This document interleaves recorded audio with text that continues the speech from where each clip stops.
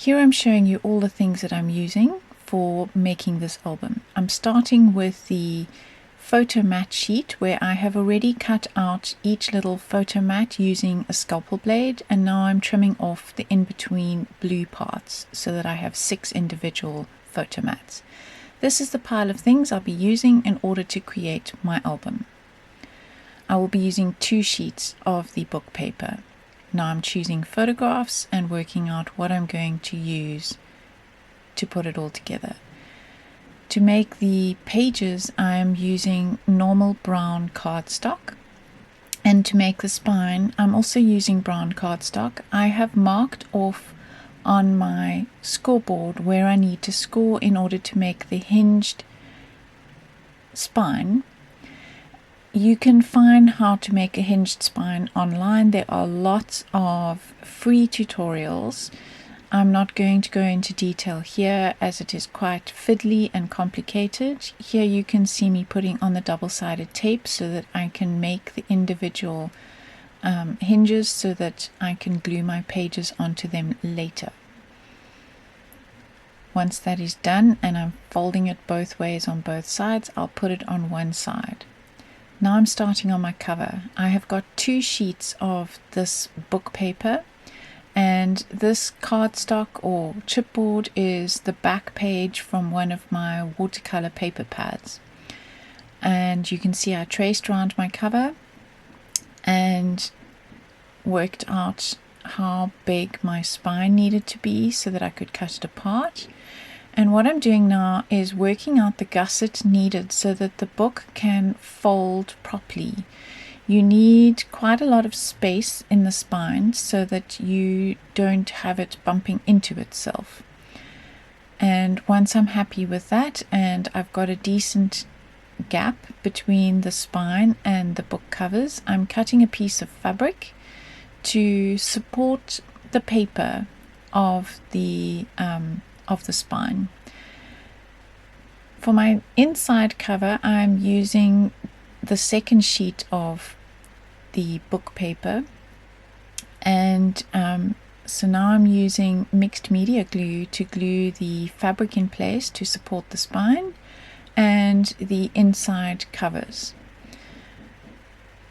Just pressing it down. I accidentally glued this on the wrong side. When I wanted to match it up, I realized it wasn't matching, so I had to glue it again on the second side. These things happen to the best of us, no matter how hard we plan or try. Now I'm adding the spine, and first I'm taking the tops and bottoms off the inside spine so that it looks like it goes the whole way, and then gluing my actual ready-made spine in place. And I always use a piece of roller towel to wipe off any excess glue that might ooze out. Now I'm scoring the inside spine so that it will fold easily. And where the paper has cracked, I'm covering it with brown ink and then mixed media glue to seal it. Now I've taken out my photographs and I'm marking where I need to trim them down to fit inside the photo frames. I will then cut them and glue them using Stimperia's extra strong glue. I like to wipe the excess glue off with a piece of roller towel on the back to make sure it doesn't make a mess. I wish I could work at this breakneck speed in real life. Imagine how much I could produce. This is quite a tedious process, but it's very important to frame your photographs well. Here I'm cutting my pages and folding them so that they will become pockets, and preparing what I want on each page and working out what photo mats I need. I've taken out a batch of plain colored cardstock to work together with the photographs, and I'm choosing, for instance in this case, paper that matches the railings that I'm leaning on. So with each page I want a different color just to add a little bit more interest. Here I am using the door as a photo frame and trimming it to fit. And then I've decided I'm actually going to cut out the door surround and glue just that onto the page. And I'm making a matching frame to go on the opposite page. And this is how I work consistently through my album, working out what colors will go with which photographs better and matting them. I don't measure my mats exactly, I eyeball them. They pretty much work out evenly. In the grand scheme of things, one eye doesn't really pick it up if you're a fraction of a millimeter out on one side or the other. At this stage, I've discovered it's easier to glue your photo first and then trim off the excess. Here I've got the 3 doors and I've chosen what photographs will go inside, and I am cutting out the individual doors from the paper so that they open like windows. Once I've done that, I will glue the photographs in place inside and trim them to fit. Any excess needs to be trimmed away so that it doesn't overlap in the second door or third door.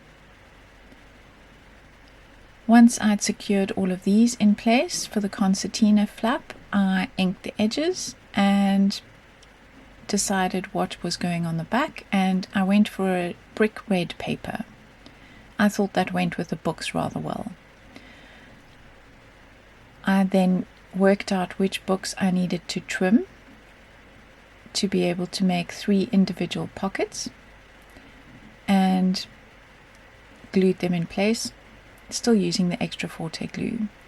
Now I'm at the stage where I'm making the actual pages, and you'll see that I'm gluing just along the bottom to make a pocket because it's already folded, and I am gluing my spine in place. Sorry, my books onto my spine. I prefer to use glue because it gives me more wiggle time. I'm not very good with getting things straight first time round with double-sided tape, so I prefer using glue for this. Now I'm using glue again to put my photos that I've already matted onto each page and working out what still needs to come, because sometimes I have left a blank page and I need to use some of the cutouts from the fussy cut back page to fill the gaps.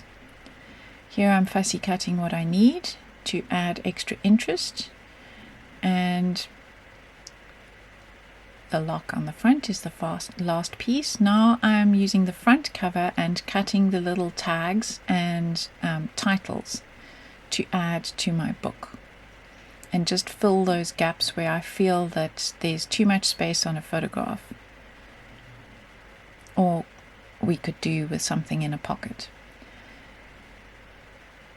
Again, here I'm working out what I need, and that oval fitted perfectly on the stairs where there was just too much red carpet on the stairs.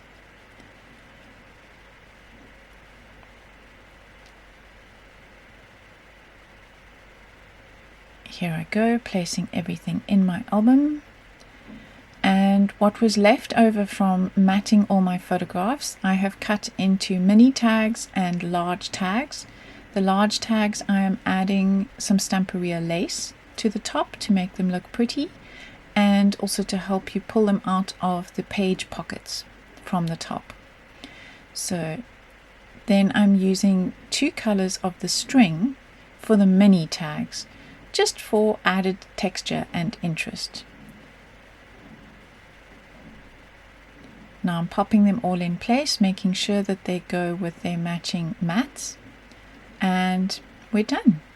Here's a slow walkthrough on my album at normal speed. I hope you enjoyed this process. If you want to learn more about how to make the hinged spine, please Google it. There are lots of crafters out there who have put together wonderful videos on how to create this hinged spine. I used the kist as a pocket. I filled the blank space with one of the word plaques. I love using these doors as as another frame for a photograph. And here we have Lady Vagabond looking out to the left, and the pull out concertina page on the right with all the doors that open.